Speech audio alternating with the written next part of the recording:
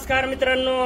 तर काही कमेंट आल्या. आजचा हा माझा दुसरा व्हिडिओ आहे आणि तर काही कमेंट आल्या की आपण एकदाच व्हिडिओ बनवू नका, आपण सगळ्यांना टार्गेट करू नका.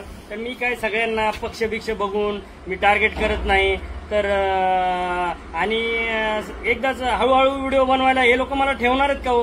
हा, मला जेलमध्ये तर टाकतील किंवा माझा घात तरी होईल. दोन्हीपैकी एक निश्चित आहे, हे समजून मी चाललोय. तुम्ही बघा ना, रोज एक व्हिडिओ बनवा. बघा, मी आता बनवून सोडेन जेव्हा मला जसा वेळ मिळेल तसा.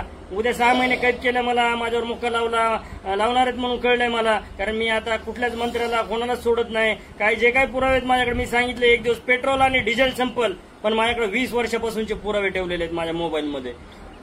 तर मित्रांनो, चला, प्रथम तर आज आमचे लोकप्रिय नेते, मी पहिलेच सांगितलं होतं की मला 3-4 बोटावर मोजण्या एवढे एक लोकप्रिय नेते आवडतात. एक आमचे विलासराव, दुसरे गोपीनाथ मुंडे, तिसरे एकनाथ शिंदे आणि चौथे राज ठाकरे यांचं काही भाषण आवडतं फक्त. ते काय आता म्हणजे ते आवडण्याच्या ह्याच्यात नाहीयेत, कारण त्यांनी एक फार चुकीचं वक्तव्य केलं. त्याच्यावर कुठलाच विरोधी पक्षनेता बोलू शकला नाही, कारण त्यांना माहिती होतं बीजेपीवाल्यांना की राज ठाकरे बीजेपीत येणार आहेत, म्हणून त्यांनीही नाही बोललं. आणि तेवढी हिंमतही नाही, त्यांनी डायरेक्ट मोदींवरती वार केला होता. मित्रांनो, ज्या दिवशी अटॅक केला, सिंदूर ऑपरेशन झालं, त्यावेळेस राज ठाकरे म्हणले की काय गरज आहे, हे एनडीपीएसचं बघा, गल्ली गल्लीत हे चालू आहे आणि त्याच्यावरती तुम्ही आवाज उठवा. आणि त्याच्यावरती आवाज तर उठवतच राहील, ते रोजचं चालू आहे. ते जे ऑपरेशन सिंदूर केलं, आज जगामध्ये हे आहे ना, त्याचे नाव घेते, आज चर्चा आहे. भारताची ताकद पाकिस्तानलाच नाही, चीनला सुद्धा कळाली मित्रांनो, इतर देशांना सुद्धा कळालेली आहे भारताची ताकद. तर ते महत्वाचं होतं, गरजेचं होतं. त्याबद्दल ते बीजेपी, मोदी सरकार आणि संघाला माझा सलाम आहे मित्रांनो. ते काम आहे संघाचं. मी संघाच्या शाळेत शिकलोय, केशवराज विद्यालय लातूर, संघाचीच शाळा आहे. तर तसं काय मी कुठल्या पक्षाला याला त्याला बघत नाही. वेगवेगळे शाळा वेगळी, संघाची, माझे नेते आवडते वेगवेगळे.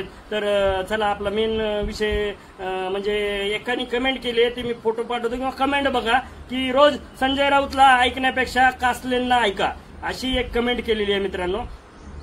तर त्याच्यावरती मला बोलायचंय. या ठिकाणी वारं वगैरे खूप चालू आहे जोरजोरात, आणि त्याच्यामुळे मी कॅप बीप घातली नाही, तर त्याच्यावर अजून कमेंट होतील. तसं काय मला काही, मी टाकलाच आहे. तर विषय काय होता आपला, संजय राऊतांची गरज आहे मित्रांनो.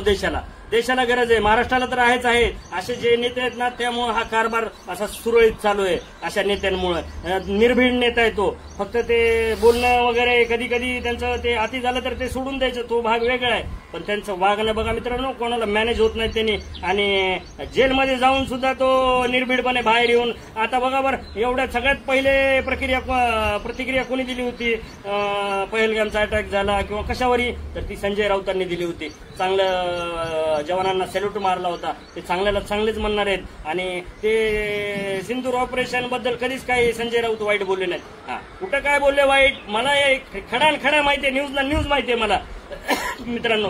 तर त्यांनी वाईट कुठं बोलले की ट्रम्पने हे केलं होतं, तो फार मोठा विषय आहे, तेवढ्या लेवलचा मी नाहीये. पण त्यांनी ट्रम्पने काय केलं होतं की त्यांनी जाहीर केलं होतं 4 वाजता काहीतरी अगोदर, आणि नंतर आपल्या मोदींनी केले होते. तर ते संजय राऊतांचं बरोबर आहे, ते पटलं मला, अगदी बरोबर आहे 100% संजय राऊतांचं.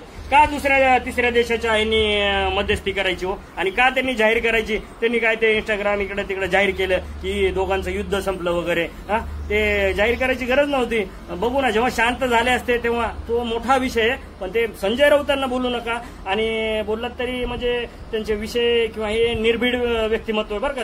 ते आहे म्हणून बाकीचे विरोधक वगैरे आहेत, त्यांना किती दाबण्याचा प्रयत्न केला, खोट्या केसेसमध्ये टाकलं, पत्राचाळ वगैरे, ते बनवलेले मॉर्गेज केसेस आहेत हो. जशा माझ्यावर खोट्या केसेस केल्या ना, तशाच तिकडे अरविंद केजरीवाल वगैरे. दिल्लीला जाऊन आलो ना मी, मुख्यमंत्री होती ती आरुषी सिंह काहीतरी, 1 तास चर्चा झाली मित्रांनो माझी. खोटं मी कधीच बोलत नाही. तर त्यांनी मला तेच सांगितलं की आमचेच मंत्री आतमध्ये म्हणले, तर तुमची डाळ कधी शिजायची म्हणले इथे. सगळे चॅनलवाले बघा म्हणले, अदानी अंबानी, मग ते डॉट जोडा, आणि चॅनलवाले का दाखवत नाहीत ते सुद्धा जोडायच्या काही बातम्या. सगळं मॅनेज झालेले मित्रांनो.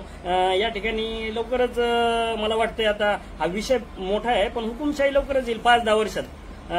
पुढचे 10-15 वर्ष तर कुठलंच सरकार येणार नाही, काँग्रेस बिंग्रेस. त्यामुळे माझं कार्यकर्त्यांना सगळ्यांना आव्हान आहे, त्यांनी डायरेक्ट उड्या मारायच्या फटाफट आणि बीजेपी मध्ये यायचं. ते वॉशिंग सेंटर मधून क्लीन होऊन बाहेर या. कारण काय माहितीये का, चाराने तर सुखाचे भेटतील मित्रांनो, विरोधात गेले तर माझ्यासारखे हाल होतील, नाहीतर ते संजय राऊत, अजून काही अरविंद केजरीवाल असे हाल होतील. त्यापेक्षा चाराने सही, भाकरी सही, तुमच्यावर गुन्हा दाखल होणार नाही, झाले तरी मदत होईल. जावा भाजपमध्ये, सगळे भाजपमध्ये. भारतामध्ये एकच पक्ष ठेवून टाका, बीजेपी, ओनली बीजेपी. तर मित्रांनो, तर संजय राऊतांना बोलू नका आणि माझे व्हिडिओ येतच राहतील, कारण भरोसा नाही ना. आज पहिल्यांदा मी राज्य सरकार सोडून मोठ्या विषयाकडे हात घातलो, एक कमेंट वाचली म्हणून ना. बाकी चांगल्या गोष्टींना तर सलाम आहे, सॅल्यूट आहे त्यांच्या. धन्यवाद. जय हिंद, जय महाराष्ट्र मित्रांनो.